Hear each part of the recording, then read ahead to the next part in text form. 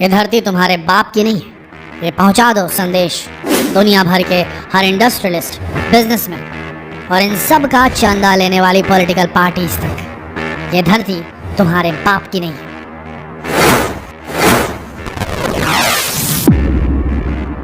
बुरा ना मानिएगा दर्शक, पर जिन लोगों पर जनता ने आंख मूंद कर भरोसा किया है, उन्हीं पॉलिसी मेकर्स ने ठग दिया है आपको, मानसिक रूप से अपाहिज कर दिया, आप लोगों को अंधा कर दिया। आपको दिख नहीं रहा आपको क्या हो रहा है इस दुनिया में। यकीन नहीं होता तो क्या आप उस बात पर यकीन नहीं करेंगे कि इस देश में बर्ड फ्लू आई थी कि नहीं आई थी बर्ड फ्लू। आप सब ने वो मंजर देखा था जब पैसा खर्च करके मुर्गी पालने वालों ने मुर्गियों को, जिंदा मुर्गियों को नालों में बहाया था। बर्ड फ्लू से पहले सार्स आया था। ऐसी कई महामारियां आ चुकी हैं, चीन से उठने वाली महामारियां, भारत में और पूरी दुनिया में कहर बरपाने वाली महामारियां।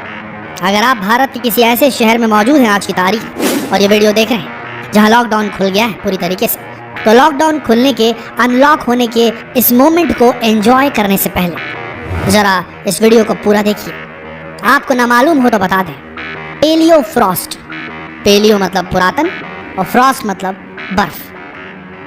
पूरी दुनिया में सबसे ज्यादा बर्फ जो चढ़ी हुई है धरती पे वो है पोल्स पे, ध्रुवों में, नॉर्थ पोल, साउथ पोल में। लेकिन इसके अलावा धरती पे कुछ ऐसे इलाके हैं जहाँ पर बर्फ 12 महीने मौजूद होती है, जैसे कि रशिया का साइबेरिया। पूरे रशिया के भूभाग का 70% से भी ज़्यादा का भूभाग जो है वो साइबेरिया में है। रूस का 73% उसका क्षेत्रफल को वो कंट्रीब्यूट करता है साइबेरिया। लेकिन जानते हैं वहाँ कितनी पॉपुलेशन रहती है रूस की? महज 23%। पूरे रूस की महज 23% जो पॉपुलेशन है वो साइबेरिया में रहती है, क्योंकि ठंड है वहाँ, विपरीत परिस्थितियाँ हैं जीवन के लिए। काफ़ी ठंड होती है, रहना मुश्किल होता है क्योंकि वहाँ पर बर्फ बहुत ज़्यादा है। आप जानते हैं वहाँ पर भी हुआ क्या है? तेल की खोज में ड्रिलिंग कंपनियों ने ड्रिल करना शुरू कर दिया है। नतीजा ये कि पूरी दुनिया में जितनी गति से क्लाइमेट चेंज हो रहा है, जितनी गति से ग्लेशियर्स पिघल रहे हैं, बर्फ़ पिघलने का जो पूरा प्रकरण चल रहा है, उससे 2.5 गुना तेजी से इस भूभाग पर, रूस के साइबेरिया में, बर्फ गल रही है। अब आप बोलेंगे बर्फ गलने से हमारा क्या लेना देना, महामारी से क्या लेना देना? तो आपको बता दें, जब वहाँ पर ये जो बर्फ थी वो गली साइबेरिया में, तो वहाँ एक ऐसा वायरस मिला जो 30,000 साल पुराना है। नॉर्मल इन्फ्लुएंजा वायरस जो होता है उसके साइज से 10 गुना ज़्यादा बड़ा वायरस मिला है, जिसके अंदर 2500 जीन्स थे। मतलब उसके म्यूटेटिंग एबिलिटी को समझिए आप, उसका म्यूटेशन कितना खतरनाक होगा ये सोचिए, और उसकी वैक्सीन बनाना कितना मुश्किल होगा ये सोचिए। ऐसा वायरस मिला है, कोरोना वायरस से ज़्यादा खतरनाक वायरस मिला है, 30,000 साल पुराना वायरस, जिसने उस जमाने के जीवों को पूरी तरीके से ख़त्म कर दिया था। वो वायरस मिला और वो जिंदा है अभी तक 30,000 सालों से। ऐसे कई वायरस दबे हुए हैं बर्फ़ की चादरों के नीचे, मरे हुए जीवों के शरीरों में, जिन पे बर्फ़ चढ़ गई है और उनके शरीर प्रिजर्व हो गए और उनके अंदर ये वायरस जीवित है। जैसे जैसे बर्फ़ गलेगी वैसे वैसे ये वायरस आउट होंगे और दुनिया भर में महामारियों का चक्र चलेगा, जिनसे लड़ने के लिए हम इंसान बिल्कुल तैयार नहीं है। पूरा वीडियो देखिएगा और समझिए कितना खतरनाक हो सकता है और हम किस तरफ आगे जा रहे हैं। फिर आप खुद बोलेंगे, आप खुद ही बोलेंगे सबसे कि धरती आपके बाप की नहीं है। दोस्तों, ये साल 2014 की बात है जब रूस और फ्रांस के वैज्ञानिकों ने साइबेरिया की बर्फीली जमीन से एक विशाल वायरस को खोज निकाला। ये वायरस बेहद संक्रामक और करीब 30,000 साल पुराना है। इतना पुराना वायरस मिलना कोई मामूली बात नहीं है। वैज्ञानिकों ने चेतावनी दी है कि बर्फीली जमीन के नीचे दबे दूसरे वायरस भी बाहर आ सकते हैं, और अगर ऐसा हुआ तो दुनिया में खतरनाक बीमारियों की बाढ़ सी आ जाएगी। खैर, जिस वायरस को माइक्रोबायोलॉजिस्ट ने साइबेरिया की ज़मीन में ढूंढा है, ये एक जायंट वायरस है, यानी इसका साइज इन्फ्लुएंजा जैसे वायरस से करीब 1000 गुना ज़्यादा बड़ा है। वहीं इसके अंदर 2500 जीन्स मिले हैं, जो किसी और वायरस के मुकाबले 200 गुना ज़्यादा है। पीथो वायरस साइबेरिकम नाम दिया गया है इस वायरस को।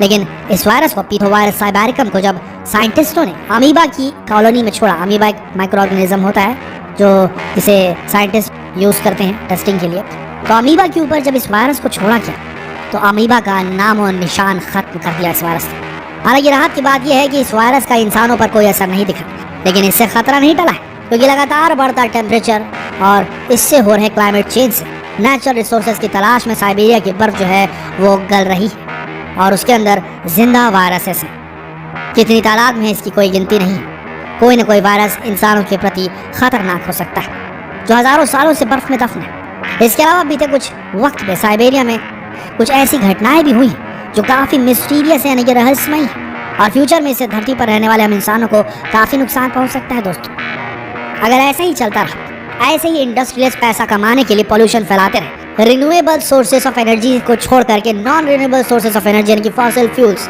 डीजल, पेट्रोल, कोयला, इसके ऊपर निर्भर रहे, तो मान के चलिए तापमान बढ़ता जाएगा और नुकसान होता रहेगा। और ऐसे ही तापमान अगर बढ़ता रहा तो मान के चलिए ये बर्फ जो पेलियो फ्रॉस्ट है वो गलती जाएगी और नीचे ज़मींदोज़ हुए जो वायरस है वो बाहर निकलते जाएंगे और ख़त्म कर देंगे पूरी इंसानी सभ्यता। ना मालूम हो आपको तो बता दें, इस धरती पर कई बार, 4 बार तो हो चुके हैं, एक्सटिंक्शन इवेंट चल चुके हैं। एक्सटिंक्शन इवेंट उसे कहा जाता है जो उस वक्त होता यह है कि पूरी पृथ्वी पर से जितने भी जीव हैं उसके 70% से अधिक जीव नष्ट हो जाते हैं, ख़त्म हो जाते हैं, क्योंकि उनके रहने लायक जो वातावरण रहता है, आबोहवा रहती है, वो ख़त्म हो जाती है। ऐसे ही कुछ हुआ था रेप्टाइल्स के साथ, जब डायनासोर्स थे तब हुआ था। कहा जाता है कि उस वक्त उनका पिंड गिरा था और उससे खत्म हो गया था सब कुछ। फिर एक बार हिमयुग आ गया था, उससे भी बहुत सारे जीव समाप्त हो गए थे। इस बार धरती गर्म हो रही है और गर्म होने के साथ साथ वो वायरस अनलीश हो रहे हैं, बाहर निकल रहे हैं, आज़ाद हो रहे हैं, जो हज़ारों सालों से बर्फ के नीचे दफन है। और इन वायरसेस के थ्रू हम इंसान खत्म हो सकते हैं। याद रखिए, ये धरती हमारे बाप की नहीं है, सिर्फ इंसानों के लिए नहीं बनी है, इंसानों का आधिपत्य नहीं है। इंसान आज है, हो सकता है कल पूरी तरीके से विलुप्त हो जाए, फिर से ये धरती पूरी तरीके से जीवों से लैस हो जाए और दूसरे जीव आकर इस पर राज करना शुरू कर दें। समझ रहे हैं हमारी बात? अभी और अगली घटना सुनिए, बड़ी अजीबोगरीब घटना है, और ये भी साइबेरिया में देखने को मिली है, और ये भी बर्फ पिघलने के बाद जो जगह छटी है उसमें देखने को मिली है। देखिए, साइबेरिया में टेम्परेचर -30 से -40 डिग्री बना रहता है। यही कारण है कि इस इलाके में हर तरफ सिर्फ बर्फ और बर्फ की ही चादर देखने को नजर आती है। देखिए, रशिया के कुल क्षेत्रफल का 77% हिस्सा साइबेरिया में ही फैला हुआ है। हालांकि आबादी के हिसाब से देखें तो रूस की कुल आबादी का महज 24% हिस्सा ही साइबेरिया में रहता है। इस तरह देखें तो रूस का यह हिस्सा, जिसे साइबेरिया कहते हैं, वो काफ़ी वीरान है और अपने भीतर कई तरह के रहस्यों को छिपाए बैठा है। साइंटिस्टों का मानना है कि यहाँ की बर्फ में कोविड-19 वाले कोरोना वायरस और स्पेनिश फ्लू वाले इन्फ्लुएंजा वायरस से भी ज्यादा डेडली वायरस छिपे हो सकते हैं, जिसके सबूत भी मिलते रहे।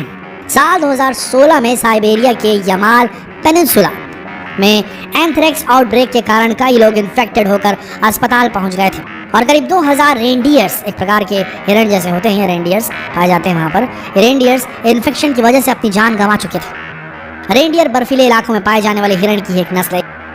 यहाँ हुआ ये कि बर्फ पिघली और प्रागैतिहासिक काल का एक बैक्टीरिया रिलीज हो गया जो हजारों सालों से दबा हुआ था, जिसके बारे में हमारे साइंटिस्टों को कुछ भी मालूम नहीं था। नए प्रकृति का नया किस्म का था ये, क्योंकि ये सालों साल, हजारों साल पुराना था, और इस बैक्टीरिया ने ऐसा इन्फेक्शन फैलाया जिससे बेहद तबाही मच गई।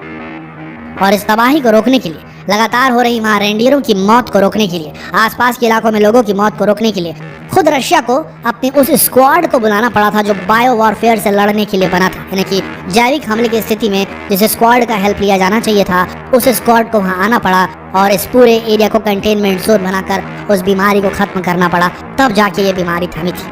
देखिए, इसका सीधा सा रीजन है क्लाइमेट चेंज। एक स्टडी में सामने आया है कि साइबेरिया का टेम्परेचर धरती के दूसरे हिस्सों के मुकाबले 2.5 गुना तेजी से बढ़ रहा है और पिछले 30 सालों में करीब 4 डिग्री सेल्सियस तक बढ़ चुका है। इस वजह से यहाँ जमी बर्फ की जो परमानेंट लेयर्स भी थी वो मेल्ट होने लगी और यही वो वजह है जिसके कारण हमें नए नए वायरस देखने को वहाँ पर मिल रहे हैं। वैसे साइबेरिया की बर्फ के पिघलने से हमें सिर्फ वायरस और बैक्टीरिया ही नहीं मिल रहे, बल्कि सालों से बर्फ के नीचे छिपे मिस्टीरियस क्रेटर्स, गड्ढों को भी रिवील कर रहा है। दरअसल जुलाई 2014 में जब एक रशियन पायलट यहाँ के यमाल पेनिनसुला के ऊपर उड़ान भर रहा था, तब उसने यहाँ एक 20 मीटर लंबा और इतना ही गहरा क्रेटर देखा जो पहले वहाँ नहीं था। कुछ ही दिनों में क्रेटर पिघलते बर्फ के पानी से भर गया और फिर वहाँ एक लेक बन गया। लेकिन इसने वैज्ञानिकों को खतरे की एक और चेतावनी दी थी। साल 2016 में यहाँ एक और क्रेटर देखा गया जो 7.6 मीटर लंबा और 20 मीटर गहरा था। जमीन पर इस किस्म के गड्ढे बन जाएं तो बहुत लाजमी है कि ये लोगों की आंखों में खटकने लगेंगे। हजार मुंह हजार बातें भी होंगी। इन क्रेटर्स के मिलने पर भी ऐसा ही हुआ।